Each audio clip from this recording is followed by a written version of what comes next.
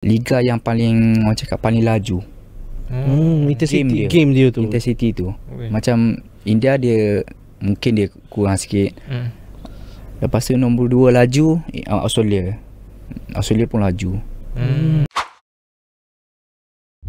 Dan satu lagi yang menarik tentang Faizal Saari ni, mungkin tak ramai atlet hoki khususnya dari Malaysia yang main keluar negara be.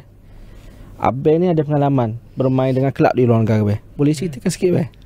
Okey. Tak tahu, saya sebenarnya saya rasa lah, saya rasa pemain yang salah satu pemain yang banyak beraksi dekat luar lah, saya Faizal Saari. Satu, saya dapat belajar.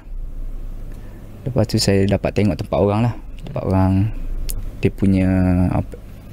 punya hoki macam mana, culture dia macam mana kan. So saya pernah main yang paling high, yang paling tinggi dekat Holland lah, Holland League. Liga Holland. Lepas tu Liga India. Macam Liga India ni dia memang top lah. Top ni top player sahaja yang main di Liga India. Dekat Holland pun sama. Macam Holland ni Belanda lah, Belanda kan, kita panggil Belanda lah. Liga yang paling orang cakap paling laju. Intensity game dia tu. Intensity tu. Macam India dia mungkin dia kurang sikit. Lepas tu nombor 2 laju Australia. Australia pun laju.